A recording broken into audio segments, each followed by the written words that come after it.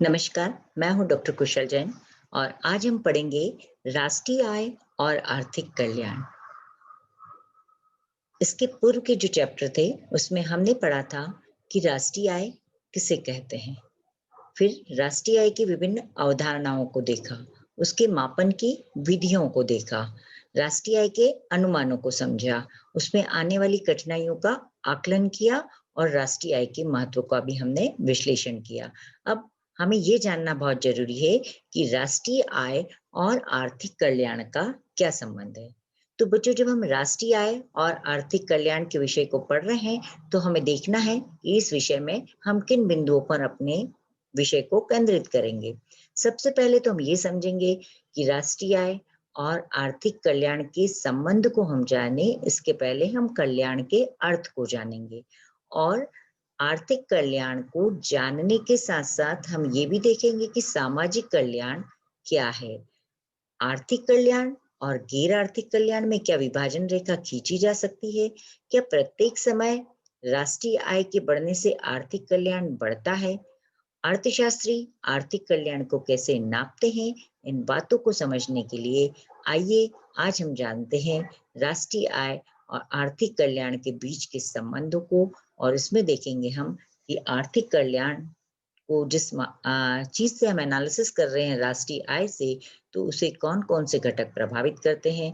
राष्ट्रीय आय का आकार, राष्ट्रीय आय का वितरण, हरित लेखांकन, आय को कमाने का तरीका और उसे व्यय करने की स्टाइल, ये सारी बातें जो है आर्थिक कल्याण को प्रभावित करती है। तो आइए बिंदुवार हम इन चीजों का विश्लेषण करें। तो सबसे पहले तो हम ये जान लें कि आर्थिक कल्याण और राष्ट्रीय आय के बीच में संबंध को हम विश्लेषित करें, उसे गहराई से पढ़ें। इसके पहले हम ये जानें कि कल्याण क्या है। यदि इस भौतिकवादी युग में मैं कल्याण के दृष्टिकोण को लूं, तो मैं कहूंगी कल्याण मन की एक स्थिति है जो मानव को खुशी और संतुष्टि देती है। या जब समाज की खुशहाल स्थिति या मानव जीवन की जो खुशहाल स्थिति है, वास्तव में वही कल्याण है। तो कल्याण मानव मन की खुशहाल स्थिति है। यदि हम कहें कि जीवन के भौतिक सुखों को अनुभव करते समय, उपभोग करते समय, वस्तुओं और सेवाओं को का उपयोग करके हमें जो संतुष्टि प्राप्त होती है, वह संतुष्टि ही वास्तव में इस भौतिक जगत में कल्याण के रूप में हम देखते हैं। मैं दर्शन शास्त्र के कल्याण की बात नहीं कर रही, मैं आत्म कल्याण की बात नहीं कर रही, मैं तो इस भौतिक जगत के उस कल्याण की बात कर रही हूँ, जिसमें मनुष्य अपनी आवश्यकताओं को और वस्तुओं और सेवाओं, या कहें वस्तुओं और सेवाओं के उपभोग करने से जो संतुष्टि प्राप्त करता है, वह मानव मन की संतुष्टि की खुशहाल स्थिति, समाज की खुशहाल स्थिति ही मतलब जो है कल्याण है। पीगू ने कल्याण को आर्थिक कल्याण और गैर आर्थिक कल्याण दो भागों में विभाजित किया है। आर्थिक कल्याण सामाजिक कल्याण का वह भाग है जिसे प्रत्यक्ष या अप्रत्यक्ष रूप से मुद्रा में मापा जा सकता है या धन से मापा जा सकता है। ये कौन कह रहे हैं? पीगू कह रहे हैं। पीगू कह रहे हैं कि आर्थिक कल्याण अलग है और गैर आर्थिक कल्याण अलग है। वो कहते हैं कि आर्थिक कल्याण सामाजिक कल्याण का वह भाग है। ध्यान दीजिए, समाज के कल्याण का भाग तो है, पर समाज के कल्याण का वह भाग है जिसे आप प्रत्यक्ष या अप्रत्यक्ष रूप से मुद्रा में माप सकते हैं। अर्थात मन की ऐसी कोई भी संतुष्टि जिसका मुद्रा विनिमय नहीं है, जिसे आप मुद्रा में नहीं माप सकते, वो गैर आर्थिक कल्याण तो हो सकता है, किंतु पीगू के दृष्टिकोण में वो आर्थिक कल्याण नहीं है। पीगू ने बहुत स्पष्ट कहा है कि सामाजिक कल्याण का केवल वही भाग जिसे आप मुद्रा में माप सकते हैं, वही आर्थिक कल्याण है। तो राष्ट्रीय आय व आर्थिक कल्याण के संबंध में कल्याण से अभिप्राय व्यक्ति अथवा समाज की स्थिति से होता है, जब दोनों व्यक्ति और समाज स्वयं को संतुष्ट अनुभव करते हैं या प्रसन्न अनुभव करते हैं, तो हम कहते हैं कि आर्थिक कल्याण बढ़ रहा है। ध्यान रखिए, मैक्रो इकोनॉमिक समग्र की चर्चा करता है। जब हम व्यक्ति शब्द का उपयोग कर रहे हैं तो व्यक्ति, परिवार और परिवार से समाज बन रहा है। तो हम समग्र की संतुष्टि की बात कर रहे हैं। अतः समाज में ऐसी संतुष्टि, ऐसा अनुभव जो व्यक्तियों को वस्तुओं और सेवाओं के उपभोग करने से प्राप्त हो रहा है, उस सुख को, उस संतुष्टि को हम आर्थिक कल्याण की श्रेणी में रख सकते हैं। पीगू के अनुसार आर्थिक कल्याण से आशय उसी कल्याण से है जिसे प्रत्यक्ष या अप्रत्यक्ष रूप से हम मुद्रा से जोड़ सकते हैं, और इसलिए वो कहते हैं कि राष्ट्रीय आय और आर्थिक कल्याण में गहरा संबंध देखने को मिलता है। थोड़ा सा पीछे की तरफ चलिए। पीगू ने राष्ट्रीय आय की परिभाषा यह दी थी कि राष्ट्रीय आय किसी देश की वस्तुनिष्ठ आय का वह भाग है जिसे मुद्रा में मापा जा सकता है। इसमें विदेशों से प्राप्त आय भी शामिल है। तो यदि हम पीगू के इन शब्दों पर ध्यान दें, तो जब वो राष्ट्रीय आय को मुद्रा के मापन से जोड़ते हैं, तो निश्चित रूप से जो कल्याण राष्ट्रीय आय से संबंधित है, वही कल्याण आर्थिक आय का हिस्सा होगा। इसलिए यह मान लिया जाता है कि राष्ट्रीय आय के बढ़ने के साथ साथ लोगों का या समाज का या परिवारों का आर्थिक कल्याण भी बढ़ता है। राष्ट्रीय आय का स्तर राष्ट्रीय उत्पादन में वृद्धि होने पर बढ़ता है। राष्ट्रीय उत्पादन में वृद्धि के कारण व्यय भी बढ़ता है। इन चीजों को कोरिलेट करके देखिए। यदि उत्पादन बढ़ता है तो आय बढ़ती है, और आय बढ़ता है तो व्यय बढ़ता है। इसलिए राष्ट्रीय आय की वृद्धि के साथ आर्थिक कल्याण भी बढ़ता है। देश में उत्पादन बढ़ेगा तो रोजगार बढ़ेगा, रोजगार बढ़ेगा तो लोगों की आय बढ़ेगी, आय बढ़ेगा तो व्यय भी बढ़ेगा। इसलिए राष्ट्रीय आय और जो उत्पादन की वृद्धि है, उनमें संबंध है, क्योंकि उत्पादन बढ़ने से आय बढ़ती है, और जब आय बढ़ेगी तो निश्चित रूप से व्यय बढ़ेगा, तो कल्याण में वृद्धि होगी। तो राष्ट्रीय आय क्या है? देश का कुल जो हम राष्ट्रीय उत्पादन है, उसी से तो हम देश की राष्ट्रीय आय को निकालते हैं, है ना? अपन ने कहा था ना पिछले अध्याय में कि एनएनपी, नेट नेशनल प्रोडक्ट को यदि हम मौद्रिक मूल्य से गणन कर दें तो हमको राष्ट्रीय आय प्राप्त हो जाती है। तो यदि देश का उत्पादन बढ़ रहा है तो आय बढ़ेगी, और आय बढ़ेगा तो व्यय बढ़ेगा। इसलिए राष्ट्रीय आय के बढ़ने के साथ कल्याण बढ़ता है। तो हम ये कह रहे हैं कि राष्ट्रीय आय, और दूसरे शब्दों में कहें तो राष्ट्रीय व्यय के बढ़ने पर भी आर्थिक कल्याण अधिक हो जाता है। इसे ऐसे समझिए कि एक व्यक्ति का व्यय दूसरे व्यक्ति का की आय है। मान लीजिए मैं कह रही हूँ कि आज मेरे 500 रुपए का व्यय हो गया। रोज मैं 100 रुपए का व्यय करती हूँ, आज मेरा 500 रुपए का हो गया, यानी 400 रुपए का व्यय ज्यादा हो गया। क्यों हो गया? क्योंकि मैंने टैक्सी वाले को 400 रुपए दिए, तो मेरा व्यय हुआ, पर टैक्सी वाले की आय हुई। तो निश्चित रूप से आय और व्यय एक ही सिक्के के दो पहलू के रूप में आप देख सकते हैं। इसलिए यदि हम कहते हैं कि उत्पादन बढ़ता है तो आर्थिक कल्याण बढ़ता है, या उत्पादन बढ़ता है तो राष्ट्रीय आय बढ़ती है तो आर्थिक कल्याण बढ़ता है, या राष्ट्रीय व्यय बढ़ता है तो आर्थिक कल्याण बढ़ता है।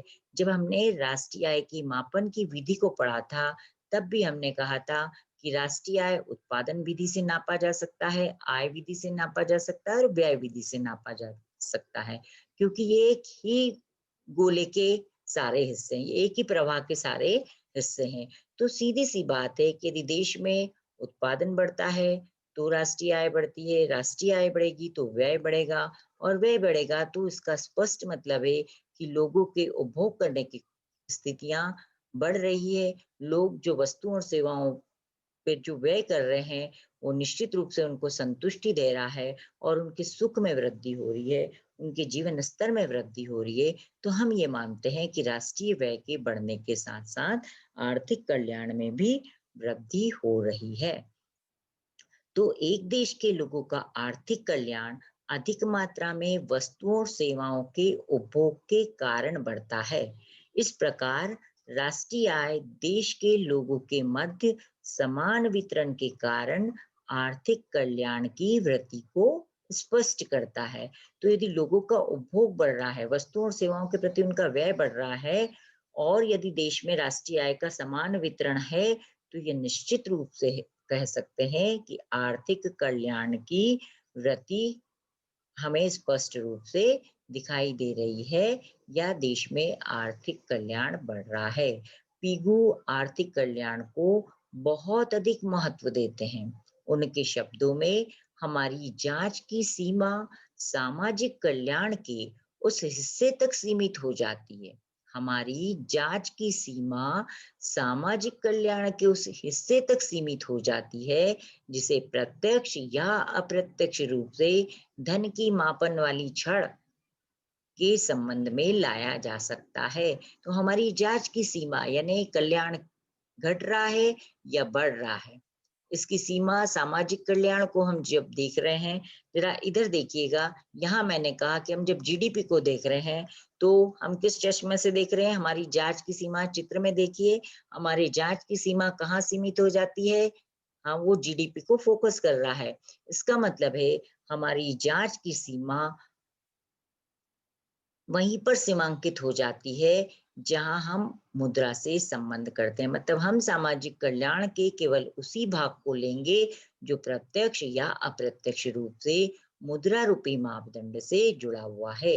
इसके विपरीत गैर आर्थिक कल्याण का वह हिस्सा, जैसे नैतिक कल्याण, है ना, जिसके बदले में मान लीजिए मैंने किसी की मदद कर दी और कोई पैसा नहीं लिया, किसी रिक्शा वाले ने किसी को फ्री में छोड़ दिया, तो वो सामाजिक कल्याण का हिस्सा हो सकता है, नैतिक कल्याण का हिस्सा हो सकता है, किंतु आर्थिक कल्याण का हिस्सा बिल्कुल नहीं हो सकता है। धन के आधार पर ये बहुत मुश्किल है। कुछ लोग अर्थशास्त्री कहते हैं कि मुद्रा के मापदंड के आधार पर कल्याण में आर्थिक कल्याण और गैर आर्थिक कल्याण का जो अंतर करना है वो उचित नहीं है। पीगू से मानते भी हैं, स्वीकार भी करते हैं, पर उनके अनुसार गैर आर्थिक कल्याण को दो तरीकों से सुधारा जा सकता है।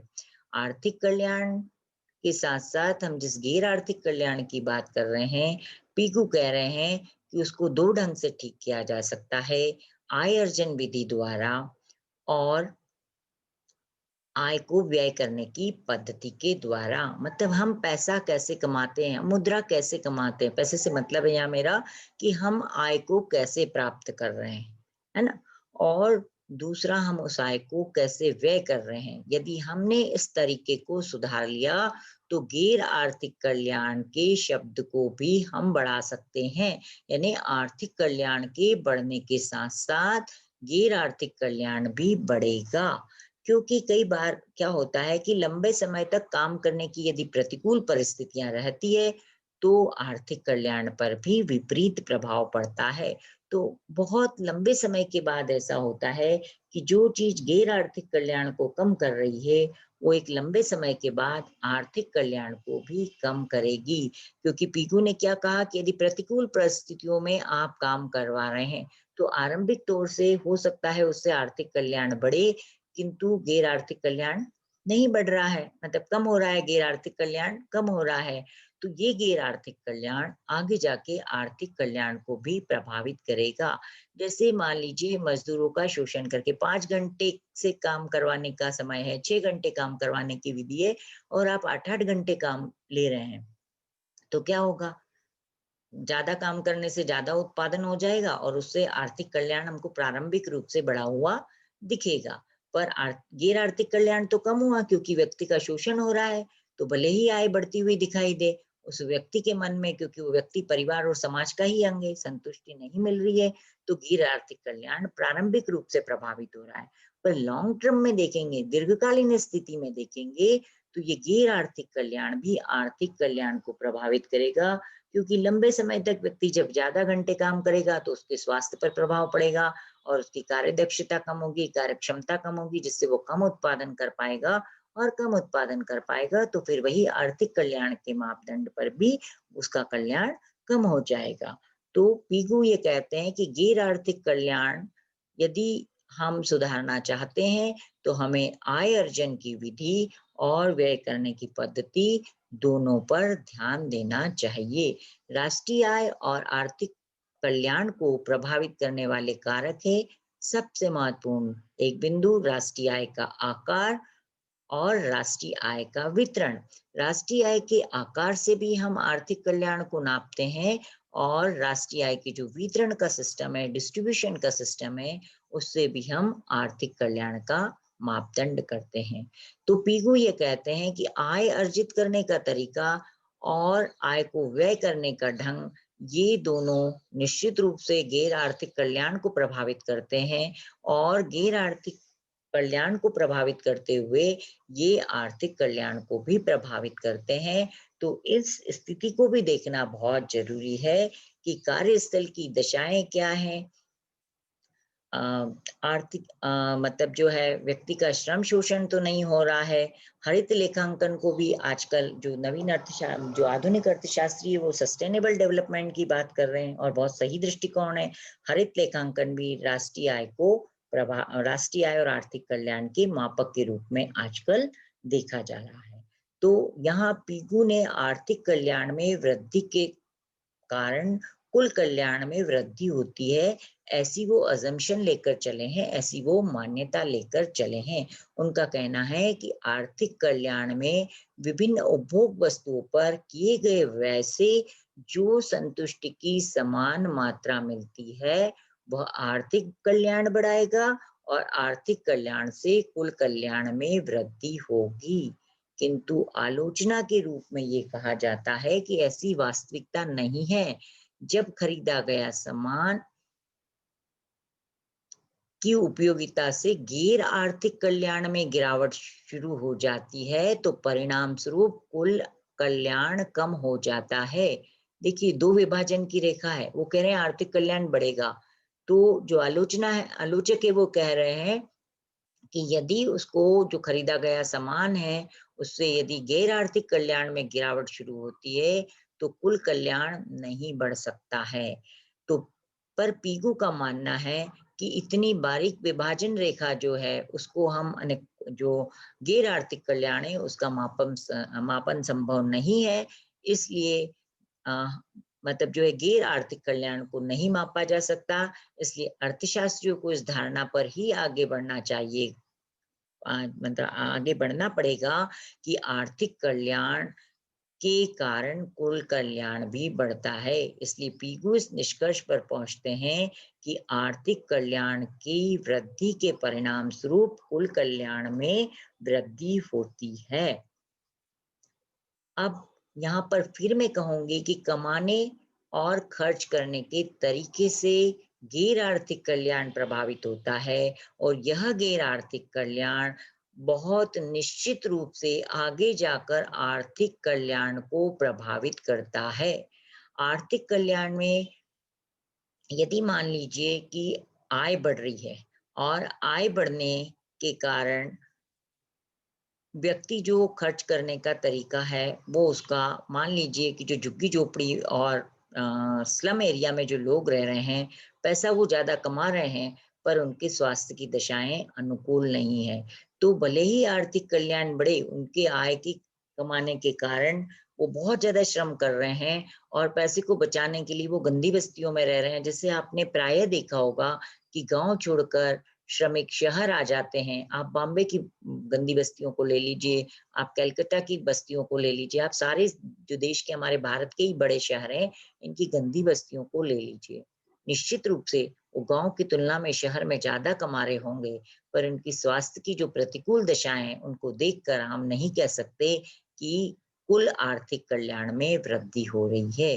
तो कुल आर्थिक कल्याण को जब तक बढ़ा हुआ नहीं कहा जा सकता जब तक कि खर्च करने के तरीके सही नहीं है।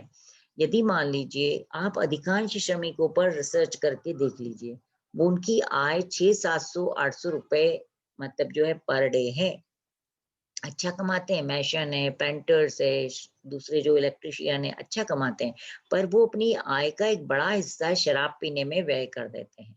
तो इस शराब पीने के जो इनका व्यय करने का तरीका है, जो उनकी जीवन पद्धति है, तो उससे उनके कुल कल्याण में वृद्धि नहीं होती। भले आपको आर्थिक कल्याण बढ़ा हुआ दिख रहा है, देश की राष्ट्रीय आय आपको बढ़ी हुई दिख रही है, पर आपको जानकर आश्चर्य होगा कि कोविड-19 के दौरान जब शराब की दुकानें बंद हो गई थी, तो सरकार को मिलने वाले राजस्व में बड़ी कमी आ गई थी। इससे हमारे देश में शराब की खपत कितनी है, इसका स्पष्ट पता लगता है। तो हम जब कल्याण को नापें, तो हमें ये देखना होगा कि हमारे जो देश के नागरिक हैं, उनके व्यय करने का तरीका क्या है। तो आर्थिक कल्याण कुल कल्याण का संकेतांक नहीं है, ऐसा कुछ अर्थशास्त्री मानते हैं, क्योंकि यदि बढ़ी हुई आय को आपने शराब पीने में, सिगरेट पीने में, मादक द्रव्य पर या और अनुत्पादक या जो जीवन की विपरीत दशाएं उस पर व्यय कर दिया, तो आर्थिक कल्याण को आप कुल कल्याण का संकेतांक नहीं मान सकते।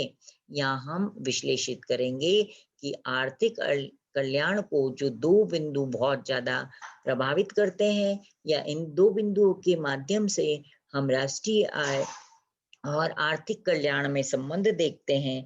ये दो बिंदु है राष्ट्रीय आय के आकार में परिवर्तन और राष्ट्रीय आय के वितरण में परिवर्तन। अब यहाँ पर हमें देखना है कि राष्ट्रीय आय के आकार में परिवर्तन सकारात्मक हो सकते हैं और नकारात्मक हो सकते हैं। पॉजिटिव से मतलब ये है कि राष्ट्रीय आय का आकार बढ़ा और उसके बढ़ने से वस्तुओं और सेवाओं का अधिक उपभोग हुआ और उससे आर्थिक कल्याण में वृद्धि हुई।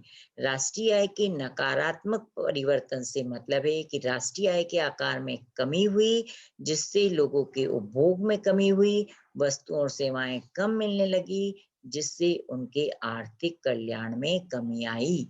तो बेसिकली राष्ट्रीय आय के बढ़ने से आर्थिक कल्याण बढ़ता है और राष्ट्रीय आय के घटने से आर्थिक कल्याण कम होता है। पर ये जो रिलेशन है, ये जो रिश्ता है आर्थिक कल्याण और राष्ट्रीय आय के बीच, ये कई कारणों पर निर्भर करता है। पहली बात, कीमतों में बदलाव।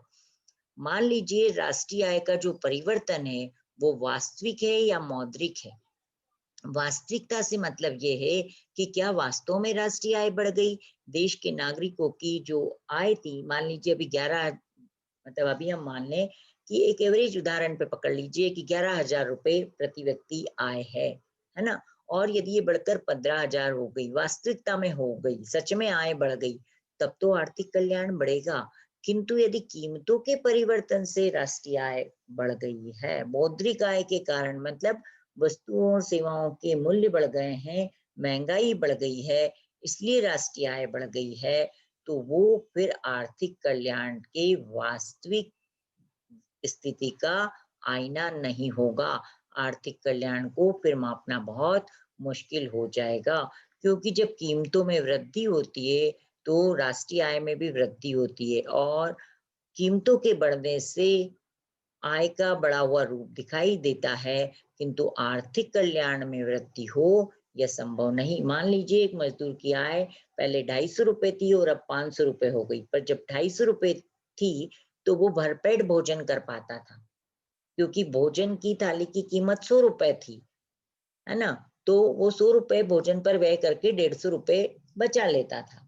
अब यदि भोजन की थाली की कीमत 300 रुपए हो गई है, तो वो 500 रुपए कमा रहा है, तो वो 300 रुपए यदि भोजन पर व्यय कर देता है और दूसरे 200 रुपए, पहले वो 250 रुपए कमा रहा था और 100 रुपए भोजन की थाली पर व्यय करके वो 150 रुपए बचा रहा था। अब मान लीजिए कि भोजन की थाली की कीमत बढ़कर 500 रुपए हो गई है, तो 500 रुपए कमा रहा है और 500 रुपए ही भोजन की थाली पर व्यय कर देता है। उसकी बचत कुछ नहीं है, वो किसी और तरह की सुख सुविधाओं को प्राप्त नहीं कर सकता है। तो ये वृद्धि राष्ट्रीय आय की मौद्रिक मौद्रिक वृद्धि है, इससे आप कल्याण की वृद्धि से नहीं जोड़ सकते। फिर राष्ट्रीय आय का, वही बात हम कह रहे हैं कि राष्ट्रीय आय का लेखांकन करते समय यदि जनसंख्या के द्वारा बढ़ी हुई आय को हजम कर लिया जाता है, तो लोगों के कल्याण के स्तर में वृद्धि नहीं होगी। जैसे भारत को हम दें तो भारत में राष्ट्र ऐसा नहीं है, हमारा उत्पादन भी बहुत बड़ा है और राष्ट्रीय आय भी बड़ी है, पर हमारी जनसंख्या भी उतनी तेजी से बढ़ जाती है। तो बढ़ी हुई जनसंख्या राष्ट्रीय आय की वृद्धि को खत्म कर देती है। हमारा विकास रेत की इबारतों पर लिखने जैसा होता है, जिसे जनसंख्या वृद्धि की समुद्री लहरें खत्म कर देती है। तो हम फिर उसी बात को रिपीट कर रहे हैं कि यदि जीडीपी में वृद्धि केवल कीमत वृद्धि के फलस्वरूप हुई है, तो यह आर्थिक कल्याण का सूचक नहीं हो सकता। फिर काम करने की स्थिति क्या है? काम करने की स्थिति से मतलब ये है कि राष्ट्रीय आय में वृद्धि जो है वो कैसे हुई है। हम वृद्धि करने के तरीकों पर ध्यान देना बहुत जरूरी है। अगर राष्ट्रीय आय की वृद्धि श्रम के शोषण के कारण हुई है, आप इस चित्र में देख रहे हैं एक मजदूर महिला काम कर रही है, यहाँ एक छोटा सा बच्चा आप देखिए बिल्कुल कम वस्तुओं के साथ खड़ा हुआ है और महिला बहुत ही विकट स्थिति में काम कर रही है। तो आप देखिए ईंट जहाँ बन रही है वहाँ तापमान निश्चित रूप से बहुत होगा, एक छोटे बच्चे का वहाँ उपस्थित होना, महिला का किसी भी सेफ्टी के साथ में काम नहीं करना, ये दिखा रहा है कि काम की परिस्थितियां प्रतिकूल है। तो यदि अधिक काम के घंटे के कारण, शोषण के कारण, न्यूनतम मजदूरी को कम करके, बच्चों से काम लेकर, महिलाओं का शोषण करके, फैक्ट्रियों में काम करवा कर, परिवहन वगैरह की सुविधा नहीं देकर, झुग्गी झोपड़ियों में उनके निवास स्थान को बढ़ाकर या उनकी स्वास्थ्य सुविधाओं को कम देकर, या जब फैक्ट्री मालिक जो है उनको कोई भी सुविधाएं नहीं दे रहे हैं और सिर्फ श्रम का शोषण कर रहे हैं और अपने लाभ को बढ़ा रहे हैं, तो ऐसी स्थिति में भले ही राष्ट्रीय आय बढ़ जाए, आर्थिक कल्याण को हम बढ़ा हुआ नहीं कह सकते। प्रति व्यक्ति आय एक बहुत बड़ा मापदंड है, इस पर हमें ध्यान देना चाहिए। पर यदि राष्ट्रीय आय बढ़ती है और साथ में जनसंख्या भी बढ़ जाएगी, तो प्रति व्यक्ति आय बढ़ी हुई नहीं दिखेगी। जनसंख्या यदि समान गति से बढ़ रही है, तो बढ़ी हुई राष्ट्रीय आय जनसंख्या के द्वारा शोषित कर ली जाएगी और कल्याण में वृद्धि नहीं होगी। तो समग्र राष्ट्रीय आय को हम मतलब जो है आर्थिक कल्याण का सूचक नहीं मान सकते। प्रति व्यक्ति आय के आधार पर भी उसको तोलना होगा, क्योंकि राष्ट्रीय आय की समग्र स्थिति में कुल में जब हम जनसंख्या का भाग देंगे तो प्रति व्यक्ति आय आएगी, और बढ़ी हुई जनसंख्या यदि बढ़ी है और फिर भी हमको दिखता है कि प्रति व्यक्ति आय बढ़ गई, उस स्थिति में हम कहेंगे कि आर्थिक कल्याण में वृद्धि हुई है। तो राष्ट्रीय आय में वृद्धि से आर्थिक कल्याण में वृद्धि होगी या नहीं होगी, यह निष्कर्ष निकालने के पहले हमको ये देखना होगा कि ये वृद्धि मौद्रिक वृद्धि तो नहीं है, काम की परिस्थितियां क्या थी, इसके साथ ही हमको आर्थिक कल्याण की वृद्धि को देखना होगा। तो मोटे रूप में कह सकते हैं कि राष्ट्रीय आय की वृद्धि के साथ साथ आर्थिक कल्याण में वृद्धि होती है, और राष्ट्रीय आय में कमी यदि हो तो इसके विपरीत, यानी कि राष्ट्रीय आय में कमी के साथ आर्थिक कल्याण में कमी आती है। तो राष्ट्रीय आय में वृद्धि के दौरान हमें अपने चश्मे को बहुत क्लियर रखना होगा कि जो राष्ट्रीय आय में वृद्धि हो रही है, यदि वो सिर्फ पूंजीगत वस्तुओं के उत्पादन के कारण हो रही है, तो भी फिर आर्थिक कल्याण नहीं बढ़ेगा, क्योंकि पूंजीगत वस्तुओं के उत्पादन से उपभोग का स्तर नहीं बढ़ सकता। मुझे याद है यूएसएसआर जब था तो वहां पर सिर्फ मतलब जो है युद्ध से संबंधित सामग्रियों का उत्पादन होता था, और यूएसएसआर ने बहुत अधिक मतलब जो है उत्पादन किया युद्ध मतलब जो है वेपन्स को लेकर। तो अर्थव्यवस्था में इम्बैलेंस हो गया, जो उपभोगगत वस्तुएं थी उसकी काफी कमी हो गई और लोगों का जीवन जो है वो काफी प्रभावित होने लगा, जिससे कि रशिया में मतलब आज की वर्तमान रशिया की जो स्थिति है वो उस यूएसएसआर को खंडित होने का कारण बनी। तो जब पूंजीगत वस्तुओं का बहुत उत्पादन होता है और उपभोग वस्तु पर सरकार ध्यान नहीं देती है, तो ऐसी स्थिति में जीवन में उपभोग वस्तुओं की कमी के कारण असंतोष होता है, संतुष्टि की कमी होती है, और उस असंतुष्टि के कारण आर्थिक कल्याण घटता है। तो बैलेंस होना जरूरी है, पूंजीगत वस्तुओं के साथ साथ उपभोग वस्तुओं के उत्पादन में भी वृद्धि होना चाहिए। क्योंकि यहाँ पर फिर मैंने उसी बात को स्पष्ट किया है कि पूंजीगत वस्तुओं पर केवल ध्यान देने से आर्थिक कल्याण नहीं बढ़ेगा। उपभोग के सामान पर भी, मान लीजिए खाने पीने की वस्तु ही नहीं है, है ना, देश में बहुत अच्छी मशीनरीज है, बहुत अच्छे इक्विपमेंट्स हैं, और सब्जी के भाव बहुत बढ़ गए, खाद्यान्न के भाव बहुत बढ़ गए, क्योंकि उनकी कमी है, उन पर ध्यान नहीं दिया जा रहा है उत्पादन पर, या कृषि उत्पादन कम हो जाता है और हम लोग बहुत ज्यादा इंडस्ट्रियल उत्पादन में मशीनें वगैरह सब बनाने लगते हैं। तो इससे निश्चित रूप से हमारी राष्ट्रीय आय बढ़ जाएगी, बढ़ी हुई दिखेगी, किंतु जीवन की स्थिति दुखमय हो जाएगी और इससे आर्थिक कल्याण की वृद्धि को नहीं बढ़ाया जा सकता है। एक और उदाहरण से समझिए, युद्ध के दिनों में देश की पूरी उत्पादन क्षमता युद्ध सामग्री बढ़ाने पर झोंक दी जाती है। चूंकि उत्पादन हो रहा है, इससे आय बढ़ेगी, पर ये बढ़ी हुई आय में उपभोग वस्तुओं की कमी हो जाएगी। परिणाम स्वरूप लोगों के जीवन स्तर में गिरावट आ जाएगी और आर्थिक कल्याण घट जाएगा। यदि राष्ट्रीय आय की वृद्धि से प्रति व्यक्ति आय के साथ-साथ आर्थिक कल्याण घट जाता है, तो भी यानी समाज में अमीर वर्ग अधिक अमीर हो रहा है और गरीब वर्ग के पास कोई लाभ नहीं पहुंच रहा है, तो भी आर्थिक कल्याण घटता है। ध्यान दीजिए, अमीर अमीर हो जाता है और गरीब गरीब हो जाता है, तो इस प्रकार अमीरों का आर्थिक कल्याण बढ़ता है और गरीबों का घटता है। तो ज्यादा संख्या किसकी है? गरीबों की है, तो कुल आर्थिक कल्याण घटेगा। तो खर्च करने की जो विधि है, वो भी आर्थिक कल्याण को प्रभावित करती है। यदि आप पैसा कमा रहे हैं और उसको शराब पीने में, जुआ पे, दूसरे मादक द्रव्यों को खरीदने में व्यय कर रहे हैं, तो भले आपकी आय बढ़ रही है, पर आर्थिक कल्याण कम हो जाएगा। यदि बेहतर माल की खपत की दिशा में हम ये देखें कि जीवन स्तर पर किस तरह का परिवर्तन आ रहा है, तो आर्थिक कल्याण को बेहतर ढंग से हम विश्लेषित कर पाएंगे। तो राष्ट्रीय आय के वितरण पर भी हमको ध्यान देना बहुत जरूरी है। ये देखना होगा कि आय का प्रवाह कैसा है, गरीब से अमीर के लिए धन का स्थानांतरण हो रहा है या अमीर से गरीब के लिए धन का स्थानांतरण हो रहा है।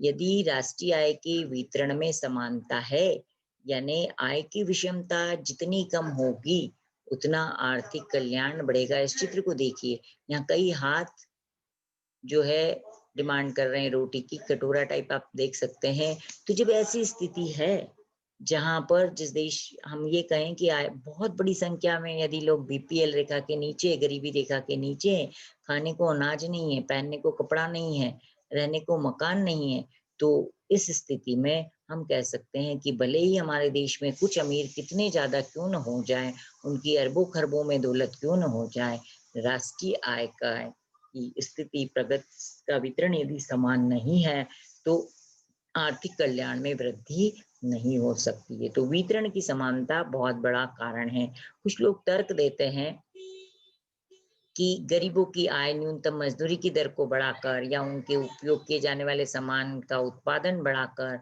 अनुदान देकर, सहकारी माल के माध्यम से और गरीबों को मुफ्त शिक्षा देकर, मुफ्त स्वास्थ्य देकर, ये सारी चीजें देकर आय का वितरण गरीबों के पक्ष में किया जाता है, तो आर्थिक कल्याण बढ़ता है। निश्चित रूप से हमारी सरकार कल्याणकारी सरकार है। आप देखते हैं कि प्रवास, अभी मैंने एक चित्र बनाया है जिसमें दिख रहा है कि प्रवासी मजदूरों के लिए गरीबी कल्याण रोजगार योजना लाई गई। मतलब जो अभी मजदूर जो थे, प्रवासी थे, कोविड-19 के दौरान जो यहाँ से बड़े बड़े शहरों से जिन्होंने प्रवास किया, अपने घर की तरफ लौटे, तो उनके लिए सरकार ने योजना बनाई। तो सरकार यदि उनको मुफ्त शिक्षा देकर, मुफ्त मतलब जो है स्वास्थ्य सुविधाएं देकर, कम कीमत पर आवास देकर, अनुदान देकर, जो न्यूनतम समर्थन मूल्य मतलब जो है उचित मूल्य की दुकानों के आधार पर अनाज देकर, जब बड़े हुए अमीरों की आय को कर के माध्यम से लेती है और वापस उसे गरीबों की तरफ वितरित करती है, तो ये भी मतलब जो आय का वितरण समान करने में एक भूमिका निभाती है ये प्रक्रिया,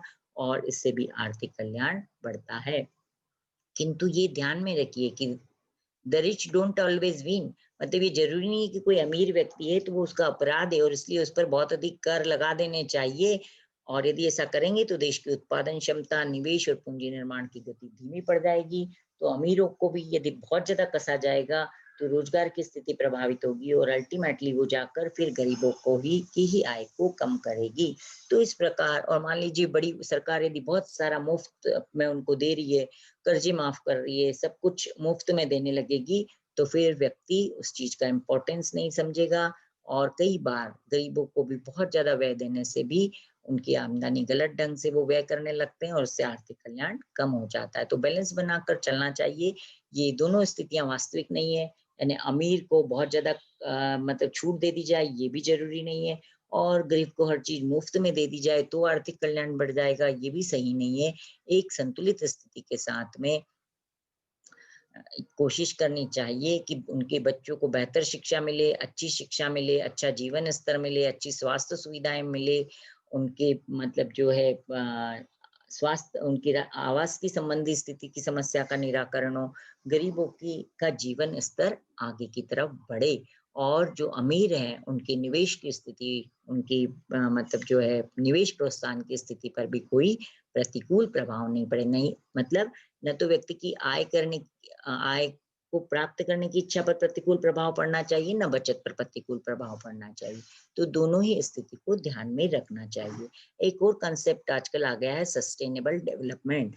आजकल आर्थिक कल्याण को पर्यावरण की दशा के साथ, पर्यावरण की सुरक्षा के साथ जोड़कर देखा जाने लगा है। और ये बहुत ही महत्वपूर्ण चीज़ है। एक नई शब्दावली ग्रीन अकाउंटिंग, हरित लेखांकन का प्रयोग किया जा रहा है और इसको राष्ट्रीय आय और आर्थिक कल्याण से जोड़कर देखा जाता है। ग्रीन ऑडिटिंग में पर्यावरण की हानि का अध्ययन किया जाता है और पर्यावरण की हानि की मात्रा को राष्ट्रीय आय से घटाकर पर्यावरण संशोधित राष्ट्रीय आय, एनवायरमेंट एडजस्टेड नेशनल इनकम ज्ञात की जाती है। वर्तमान में पर्यावरण संशोधित राष्ट्रीय आय की अवधारणा को अपनाया जाने लगा है।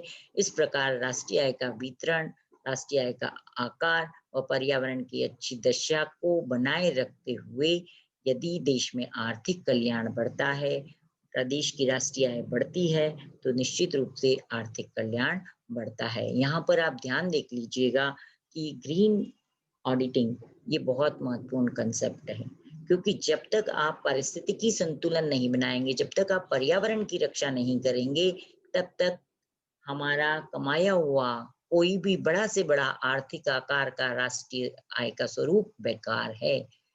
क्योंकि यदि पर्यावरण है तो जीवन है। एक और कंसेप्ट को मैं यहाँ कहना चाहूंगी कि 16वीं शताब्दी के बाद एक नया कंसेप्ट विकसित हुआ और मनुष्य ने इस धरती पर, इस पर्यावरण पर केवल और केवल अपना अधिकार समझ लिया। जीवन परस्पर निर्भराय, जीवन एक दूसरे पर निर्भर करता है। यदि हम प्रकृति का असीमित दोहन करेंगे, असीमित शोषण करेंगे, तो आगे जाकर वो चीज हमें ही नुकसान देगी। तो मैं यहाँ पर आपको ये कहना चाहूंगी कि हम सस्टेनेबल डेवलपमेंट की जो बात करते हैं, तो उसमें भविष्य की आवश्यकताओं को ध्यान में रखते हुए वर्तमान की आय को हम बढ़ाएं बिना पर्यावरण की हानि को करते हुए, वही सस्टेनेबल डेवलपमेंट है, वही वास्तव में सही आर्थिक विकास है। क्योंकि यदि हम आप हमारी पुरानी भारतीय संस्कृति को देख लीजिए, आप किसी भी धर्म को ले लीजिएगा, आपको प्रकृति का एक अच्छा सा संतुलन मिलेगा। आपके देवी देवताओं को ले लीजिए, शिव को ले लीजिए, शिव का वाहन नंदी है ना? एक ही परिवार के 4 लोगों की बातें करूं, शिव का वाहन नंदी है, उनकी पत्नी जो है पार्वती, उनका वाहन शेर है, उनके पुत्र का वाहन, छोटे पुत्र का वाहन चूहा है और उनके बड़े पुत्र का वाहन मोर है। आप देखिए, सर्प जो है वो चूहे का दुश्मन है, मोर जो है वो सर्प का दुश्मन है, शेर जो है वो नंदी का दुश्मन है, पर फिर भी एक ही परिवार में रह रहे हैं। ये हमारे पारिस्थितिकी संतुलन को का दिखाई मतलब उदाहरण दे रहे हैं कि भाई इस प्रकृति के में जीवन में सब एक दूसरे के विरोधी हैं, पर उनको जीने का अधिकार है। आपको यदि वृक्ष ऑक्सीजन दे रहे हैं, तो आपका जीवन उन पर निर्भर करता है और उनका जीवन आप पर निर्भर करता है। इसलिए न आप उन्हें क्षति पहुंचाएं, न आप उनसे क्षतिग्रस्त हो। इसलिए पारिस्थितिकी संतुलन जीवन हर महत्वपूर्ण है। इस परिस्थिति पर, इस पारिस्थितिकी पे, इस पृथ्वी पर जितने जीवन है, उन सब का अपना इम्पोर्टेंट है। इसलिए सबसे पहले environment, then society and then economy, इस बिंदु के साथ हमको बात करनी पड़ेगी। तो निष्कर्षतः हम कह सकते हैं कि राष्ट्रीय आय की वृद्धि का में उसका आकार और उसका वितरण उसके साथ ही ग्रीन ऑडिटिंग, ये सब आर्थिक कल्याण को जोड़ते हैं और इसके अनुसार किसी भी देश की सरकार को आर्थिक कल्याण को बढ़ाते वक्त जिन बिंदुओं की हमने चर्चा की, उनको यदि वो एनालिसिस करती है सही ढंग से, आर्थिक कल्याण तभी बढ़ेगा जब पर्यावरण सुरक्षित है, जब देश के नागरिकों को में समान आय का वितरण होगा, तो राष्ट्रीय आय के बढ़ने से आर्थिक कल्याण होगा। धन्यवाद, आपने मुझे सुना और आपके को आपके